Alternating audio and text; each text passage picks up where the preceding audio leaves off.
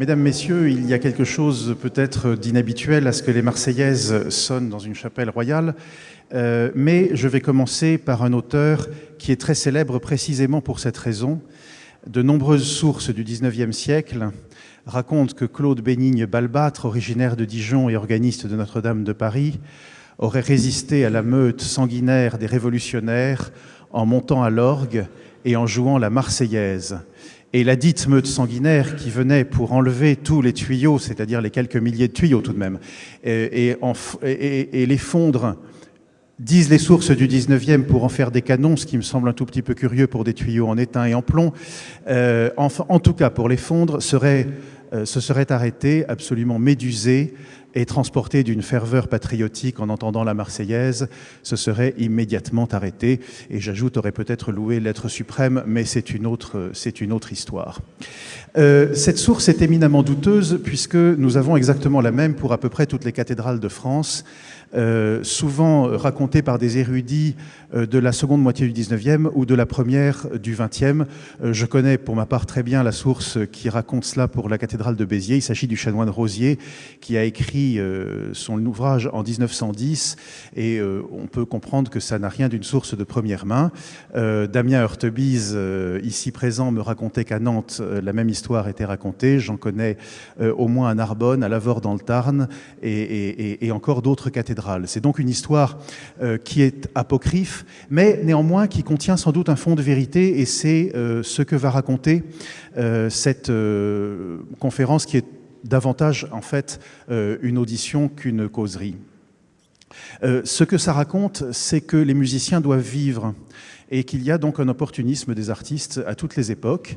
Et même s'il est fort douteux que cette histoire soit réelle, elle nous rappelle un peu par trop les miracles du Moyen-Âge, il n'en reste pas moins que les musiciens ont certainement été amenés à jouer des hymnes révolutionnaires et diverses chansons sur leur instrument, pour essayer, peut-être pas de le sauver, il était de toute façon menacé, mais en tout cas de se sauver eux-mêmes et de se blanchir, puisqu'ils avaient, pour ainsi dire, tous travaillé, soit pour des diocèses, soit pour des grandes familles, et soit, dans le cas de Balbâtre, pour la monarchie, puisque Balbâtre était un des organistes de la Chapelle royale, en même temps qu'il était organiste de Notre-Dame de Paris. Néanmoins, il nous reste, en 1792, une œuvre de Balbâtre qui s'intitule « Marche des Marseillais et l'air ça ira », qui témoigne de la diffusion qu'on connaît bien, qui est très documentée, extrêmement rapide, du chant des volontaires de l'armée du Rhin, devenu la Marseillaise, devenu l'hymne des Marseillais ou le chant des Marseillais ou la marche des Marseillais. Je précise que marche est bien écrit au pluriel, ça n'est pas une coquille, dans l'ouvrage de Balbâtre. Et autre petite précision, l'œuvre de Balbâtre est écrite non pas pour orgue, mais pour pianoforte, et je reviendrai sur ce point. Mais tout de suite, les marches des Marseillais et l'air ça ira, dédié aux volontaires.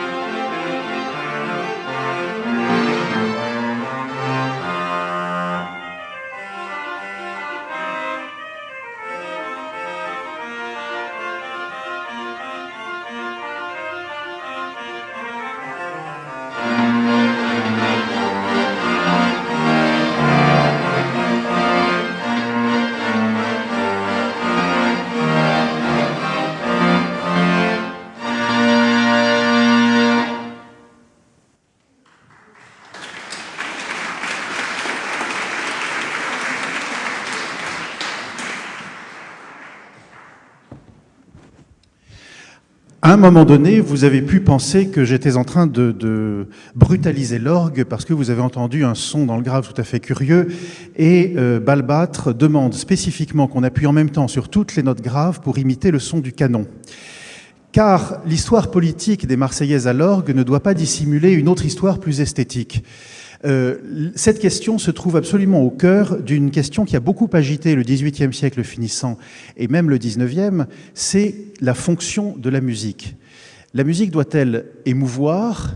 La musique doit-elle raconter? La musique doit-elle dépeindre? Si elle doit émouvoir, la musique est du domaine des affects, elle est donc plus abstraite, c'est tout l'Affektenlehre que développe Leibniz et ses suivants. Si elle doit dépeindre, elle est de l'ordre du pittoresque. Et si elle doit raconter, elle est de l'ordre de la narration, c'est toute l'histoire du poème symphonique. Le cas de Balbâtre est intéressant parce que dans cette pièce, le fait même qu'il fasse entendre ou évoque le son du canon montre qu'il se place nettement à la fois du côté du pittoresque et du côté du narratif, car la musique, évidemment, ne peut rien donner à voir. Si donc elle doit dépeindre, c'est qu'elle évoque par des équivalents sonores des phénomènes visuels. C'est ainsi que Beethoven, dans la symphonie pastorale, qui sera écrite quelques années plus tard, pourra essayer de dépeindre ce qu'il appelle une scène au bord du ruisseau. Et il se situe donc quelque part entre la dépiction et la narration. C'est ce que les Allemands appellent la musique malerisch, la musique qui peint. Balbâtre ici, donc, peint. Il peint une bataille, à un moment donné, il se fait grave pour peindre le combat, et puis le Saïra représente la victoire des combattants républicains, et il l'écrit sur la partition « La victoire ». En cela, il s'inscrit dans une histoire qu'il n'a pas inventée, mais qu'il a beaucoup illustrée, c'est l'histoire du Noël avec variation, car évidemment, vous avez entendu la Marseillaise, non pas une fois, mais plusieurs, et c'est peut-être pour cela qu'il écrit « Marche des Marseillais » au pluriel. Il ne la fait pas entendre plusieurs fois telle qu'elle, il la fait entendre, contrairement au Saïra d'ailleurs, avec 2 variations. Et en cela, il ne fait que reprendre exactement la technique avec laquelle il a varié, avec beaucoup de succès, des chants populaires de Noël, en son cas souvent bourguignons. Et on dit même, le Mercure Galant rapporte que lorsqu'il se livrait à cela à Saint-Roch à la période de Noël, il y avait tellement de désordre dans la rue, parce qu'il y avait la foule qui venait l'écouter, et que l'archevêque l'avait interdit. Je pense que l'archevêque avait d'autres raisons plus religieuses d'interdire qu'on chante ce qui était considéré comme des chants profanes et qu'on joue avec variation à l'orgue devant un public sans doute médusé et ravi, mais sans doute peu dévot. Toujours est-il que Balbâtre était devenu célèbre pour ça. Il n'était pas le premier, et je vais vous faire entendre 2 Noëls qui vont illustrer ce que je disais des questions musicales au XVIIIe siècle. Le Noël que je vais vous faire entendre de Louis-Claude Daquin dit en trio et en dialogue, ce qui désigne un dispositif instrumental qu'il destine très nettement à l'orgue, puisque ça suppose 3 claviers différents, les 3 claviers manuels qu'a précisément l'instrument de la chapelle. Et puis un Noël tout à fait différent de Dandrieux, qui est un Noël de Saintonge, sans titre et sans que la source en soit connue, avec des variations. Et je vous laisse deviner lequel est du côté de l'expression et lequel est du côté du pittoresque.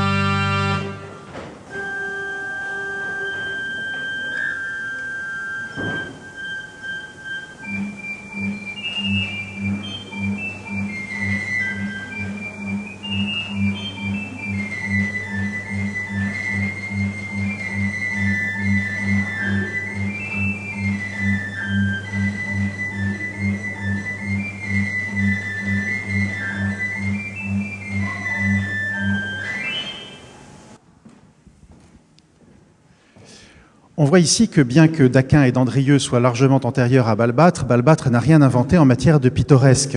L'imitation du galoubet, du tambourin, cette espèce d'armée de bergers qu'on voit débarquer à peu près comme dans les fêtes des baies de Rameau avec leurs musettes, évidemment est extrêmement évocateur d'un monde populaire qui était destiné évidemment à la cour et à la ville, pour reprendre la distinction de La Bruyère.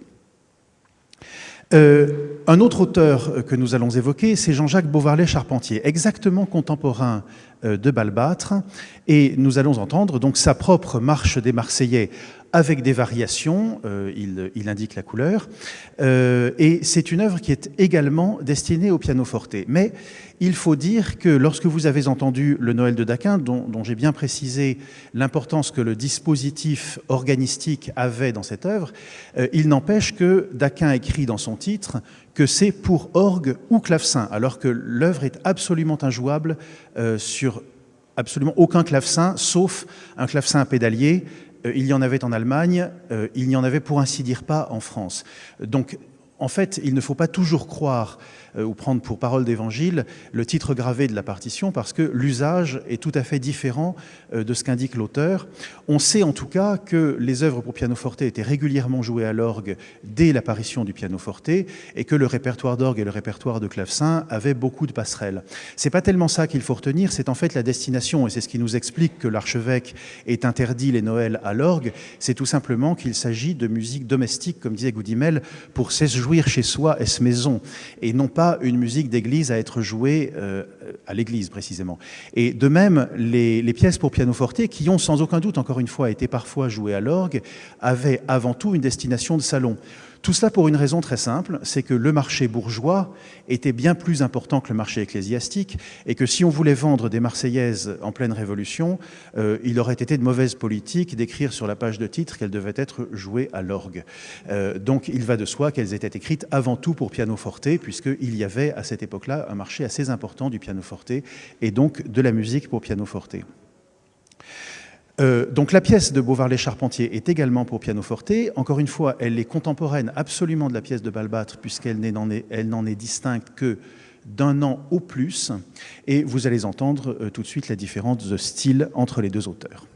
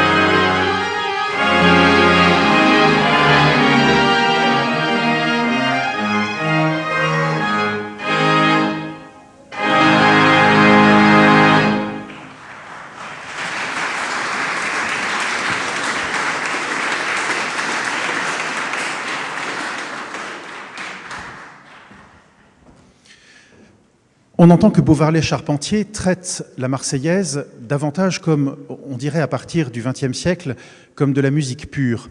C'est-à-dire qu'il envisage la Marseillaise avant tout musicalement, et il n'y a ici absolument aucun effet de pittoresque. En revanche, il y a une très grande attention à l'écriture des variations. Il précise d'ailleurs dans le titre, je le rappelle, Marche des Marseillais avec des variations, et de fait il écrit des variations extrêmement classiques, avec une prétention au contrepoint. Par exemple, vous avez entendu à un moment donné le chant de la Marseillaise qui était à la main gauche, c'est-à-dire plus bas qu'un contre-chant qui arrivait dans l'aigu assez joliment avec des effets de flûte quand c'est joué à l'orgue. Et c'est une particularité du traitement de Beauvarlais-Charpentier, qui a écrit également des Noëls, et les Noëls sont également traités de manière beaucoup moins pittoresque que ses contemporains, voire que ses prédécesseurs, si je me réfère au Noël de Jean-François Dandrieux que nous avons entendu. Il y a même quelque chose dans son écriture qui évoque, mutatis mutandis, Beethoven. En tout cas, c'est une écriture très typique et très savante de pianofortiste français de cette époque-là, tout à fait caractéristique. Autre point qui me semble intéressant, c'est que la Marseillaise n'est pas envisagée ici comme un chant de guerre ou comme un chant de bataille, même s'il indique fièrement au début du thème, mais dès qu'on aborde les variations sont essentiellement des variations expressives.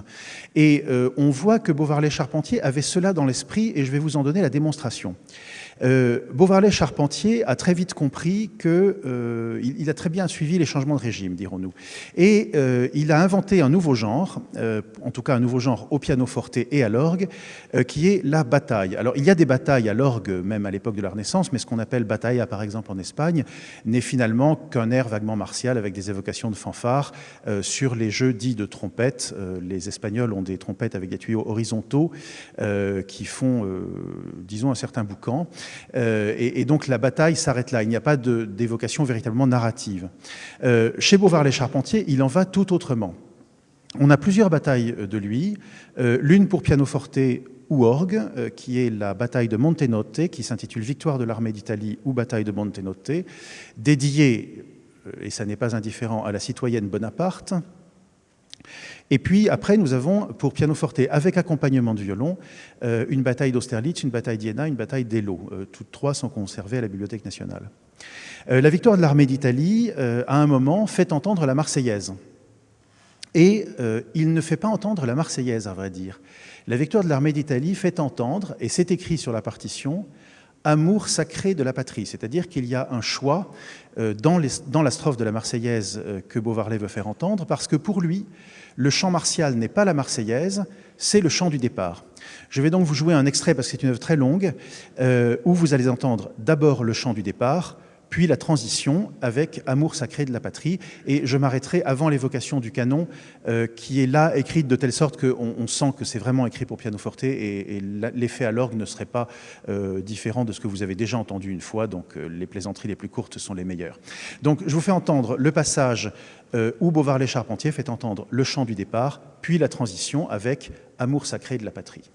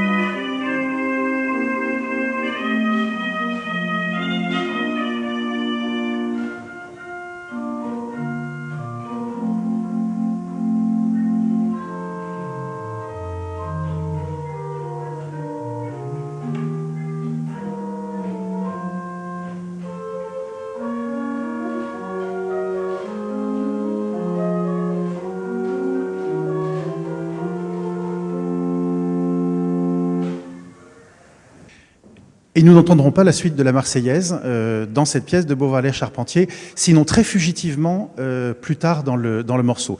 En fait, les batailles de Beauvarlais-Charpentier sont un des premiers exemples de pièces à prétention littéralement narrative, c'est-à-dire que Beauvarlais-Charpentier a visiblement eu sous les yeux un compte-rendu très précis de la bataille qu'il évoque, et la musique s'adapte point par point à chacun des mouvements des troupes. On a donc les mouvements des troupes hostiles, les mouvements des troupes françaises, le réveil, la sonnerie pour aller au combat, et chacun de ces épisodes est extrêmement détaillé, avec toujours un vocabulaire évocateur, puisque la dépiction en musique est toujours tout de même une transposition, comme disait Éric de Chassé hier sur un autre propos, une véritable traduction. Il n'y a pas de possibilité, évidemment, de restitution exacte d'un effet visuel par un effet sonore, sinon par la question du temps. Et on pourrait dire que d'une certaine manière, ce n'est pas un cinéma muet, les pièces de Beauvarlais-Charpentier, mais c'est un peu un cinéma aveugle. Il y a le son sans avoir l'image. Je vais terminer par une pièce qui est exactement du même ordre, qui est une pièce qui s'inspire tout à fait des batailles, mais qui appartient à une étape suivante des péripéties politiques que j'évoquais. Il s'agit d'une pièce du dernier des Couperins, dont nous avons extrêmement peu de musique, Gervais François. Et donc le dernier de cette dynastie, on sait qu'il est mort dans une misère noire, et il a essayé désespérément de courtiser régime après régime pour trouver une subsistance, et ça ne lui a malheureusement pas réussi. Il faut dire qu'il était en bonne compagnie. Je rappelle parfois que Beethoven, qui donne l'image dans l'historiographie, et particulièrement dans l'historiographie du 1er XXe siècle, je pense à l'ouvrage de Romain Rolland, Beethoven donne l'image du premier compositeur à avoir souhaité s'affranchir des tutelles, des commandes. Pas du tout. Beethoven, à part la symphonie héroïque, et on sait qu'il a déchiré, qu'il a plutôt raturé tellement fort qu'il a déchiré la partition, la dédicace à Bonaparte quand il a su l'annonce du sacre de Napoléon. C'est le seul exemple, en fait, des dédicaces de Beethoven qui ne soit pas motivé par une espérance financière. Absolument toutes les autres dédicaces de Beethoven, sans aucune exception, et la correspondance en témoigne largement, reposent sur une espérance financière que d'ailleurs il devait à ses éditeurs, sinon il n'aurait pas été édité. Il a même dédié une pièce à Louis XVIII, et pourtant ses convictions n'allaient pas dans ce sens-là. En l'occurrence, ça ne lui a pas réussi, parce que Louis XVIII lui a simplement envoyé une tabatière, mais pas la somme qu'il espérait. Nous faisons confiance à Beethoven pour avoir revendu la tabatière. Ici, Gervais François Couperin est un peu dans le même cas. Il n'espère pas une tabatière sans doute, mais il espère davantage, et comme en l'occurrence il est plus adroit que Beethoven, sur la page, d'abord vous remarquerez le titre qui est absolument sans ambiguïté, mais d'autre part il précise sur la page de titre qu'il est, et je cite, organiste de Louis XVI en son palais. Il y a là un appel à la famille qui est rappelé dans la partition, puisque en fait la partition se décompose de la manière suivante. Elle commence par une sorte de marche qui représente l'entrée des Alliés. Et puis nous avons un épisode assez tourmenté, je pense que vous ne le louperez pas, qui représente la fuite de Bonaparte. Puis on regrette qu'il n'ait pas écrit de l'usurpateur, il n'était pas si malin que ça finalement. Et puis après, nous avons un morceau extrêmement martial, très solennel, dont la superbe ne peut évoquer, et c'est écrit « L'entrée de Louis XVIII ». Une fois que Louis XVIII est entré, il n'y a plus grand-chose à raconter. Et donc, la suite du morceau, parce qu'il faut quand même occuper un certain temps, puisque si on s'arrête à l'entrée de Louis XVIII, en fait, le morceau ne dure que son tiers. Eh bien, il va aligner exactement à la manière des noëlistes des airs, vous jugerez s'ils sont populaires, et leurs variations. Ces airs sont effectivement populaires à l'époque, et même pour l'un d'entre eux, et même pour deux d'entre eux, pardon, sont largement plus anciens, dans l'ordre Vive Henri IV, Vive le roi. Vous allez avoir un étonnement parce que vous pouvez penser, étant donné l'histoire et puis l'histoire récente, que ce Vive le roi-là s'adresse à une reine qui est de l'autre côté de la Manche. Mais en fait, à cette époque, le God Save, ce que nous appelons aujourd'hui généralement le God Save the Queen ou the King, est en fait aussi bien un chant monarchique français qu'un chant anglais. Et pour un Américain, les variations d'Ives sur America sont également sur God Save the Queen, adaptées avec des paroles américaines africaine. Donc c'est un chant qui n'est pas spécifiquement dédié à la monarchie anglaise, contrairement à l'image sonore que nous pouvons en avoir. Et puis nous avons toute une série de chants qui aujourd'hui sont bien oubliés, Te bien aimer, avec à chaque fois des variations, et ça se termine par peut-on mieux être heureux, qu'au sein de sa famille. Et là, il y a évidemment une allusion très forte à la famille royale et à la page de titre, puisque Gervais-François Couperin se prétend organiste de Louis XVI. Donc voici Louis XVIII ou le retour du bonheur en France.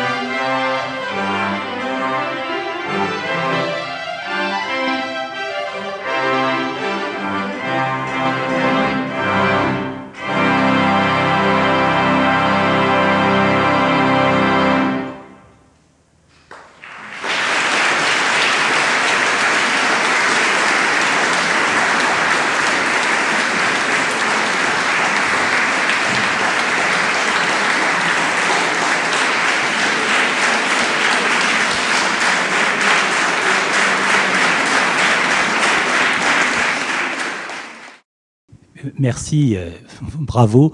Une question, est-ce que vous pouvez rejouer un morceau, s'il vous plaît ?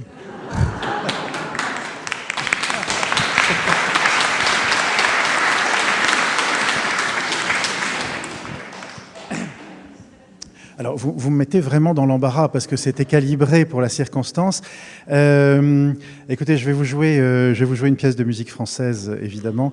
L'orgue ne permet pas, de toute façon, autre chose. C'est un orgue tout à fait particulier. Permettez-moi d'en dire quelques mots quand même pour que je gagne mes riches émoluments de conférencier.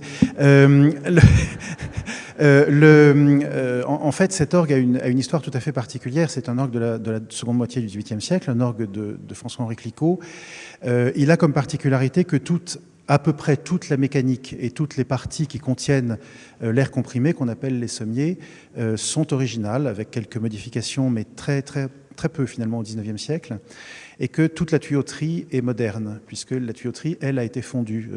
Personne n'a eu la présence d'esprit, semble-t-il, de jouer des Marseillaises. Donc la tuyauterie a entièrement disparu, à part, je crois, 2 ou 3 tuyaux en bois, si ma mémoire est bonne. Vincent Droguet regarde avec l'air réprobateur, donc je suppose que je suis en train de dire des bêtises. Non, il approuve. Merci. Et donc il y a des tuyaux en bois, me semble-t-il. Enfin, quand je regarde, je suis pas rentré à l'intérieur, Vincent, je vous le promets. Mais enfin, il me semble qu'il y a des tuyaux en bois qui sont anciens. Mais toute la tuyauterie en métal, en tout cas, est tout à fait caractéristique des années 1960-1970. C'est Alfred Kern, grand facteur aujourd'hui disparu de Strasbourg, vraiment un des plus grands facteurs d'orgue de l'histoire de la facture d'orgue en France, qui a copié la facture d'orgue de Clicquot. Mais la personnalité d'un facteur d'orgue, c'est comme la personnalité d'un compositeur. Même quand il fait un pastiche, on sent encore sa personnalité. Quand Beethoven pastiche Handel, c'est encore du Beethoven. Et quand Kern pastiche Clicquot, eh bien, c'est encore du Kern. Ce qui explique peut-être que l'orgue, me dit-on, parce que je ne l'ai jamais entendu d'en bas, sonne de manière assez discrète en bas. Je pense que la tuyauterie du XVIIIe siècle devait sonner de manière beaucoup plus brillante, ce qui n'empêche que l'harmonie de Clicquot n'est pas une harmonisation très matu vue, pas du tout, au contraire. C'est une harmonisation avec beaucoup d'harmoniques graves, beaucoup de médiums. Elle est vraiment une des harmonies les plus belles, les plus nobles qui soient, mais qui n'a pas cette discrétion un peu germanique, il faut bien le dire, un tout petit peu. C'est un orgue qui parle avec l'accent alsacien.